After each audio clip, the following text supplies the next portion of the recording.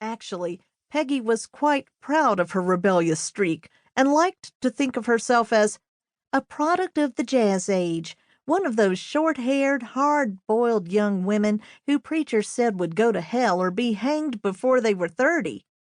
However, she was now 35, and she had not gone to hell at all. In fact, she still captivated most people she met with her good humor, salty tongue, and feminine charm.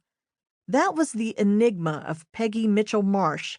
She was a curious mixture of emancipated woman and Southern belle. Within an hour, Latham had fallen completely under her spell. Peggy drove her dented green Chevrolet at a slow, deliberate pace along the back roads that she knew so well. Chance, she thought, had her playing guide in the environs of a city that she considered as much akin as any of her own family. Medora had rung her up only a few hours earlier to say that Angus had been called away at the last moment, and could not host a luncheon the Journal was giving for Mr. Harold Latham of the Macmillan Publishing Company.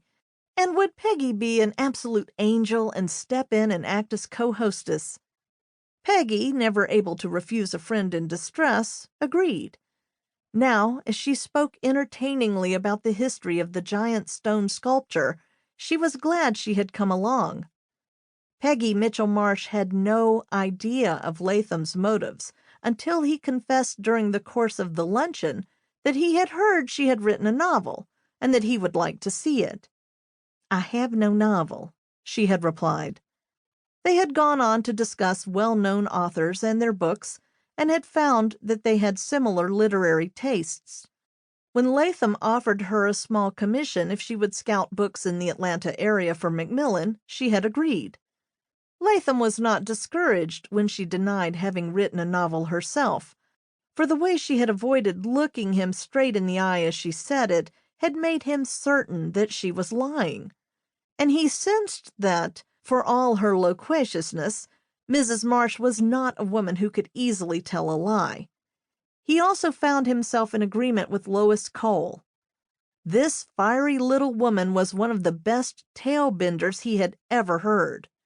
She spoke with smooth, precise diction in a lilting Southern voice, talking rapidly and with much skill. Peggy Mitchell Marsh, he decided, enjoyed being a raconteur. She was downright funny, a woman who possessed a rare sense of humor. And, as she recounted the story of how, during her newspaper days, she had been tied into a bosun's chair and suspended from a sixth-floor window so that she might share the sensations of the sculptor who had carved a head on the side of Stone Mountain, he was more anxious than ever to have a look at her manuscript. "No sooner had I got the feel of solid floor under my feet," she told him, "but the photographer told me the slide in his camera had jammed and that he would have to reshoot. Well, I turned and faced him and stared right up into his eyes. If the fate of the whole Confederacy rested on my being hung 6 stories from the ground again, I declared, Sherman would have to make another march to the sea." When they were back in the car, Latham brought up the subject of her novel again, taking the chance of losing her goodwill. "I hate to press," he began, "but Lois Cole did say that you indeed had written a novel, and I would like very much to see the manuscript." She glanced over at him, frowning, before starting the car.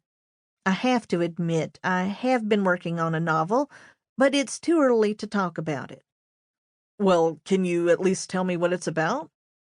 "The South," she said. "Like Tobacco Road? Any degenerates in it?" he prodded. "No, but there are some pretty stubborn characters who refuse to accept defeat." "Why haven't you submitted your book to anyone?" Latham asked.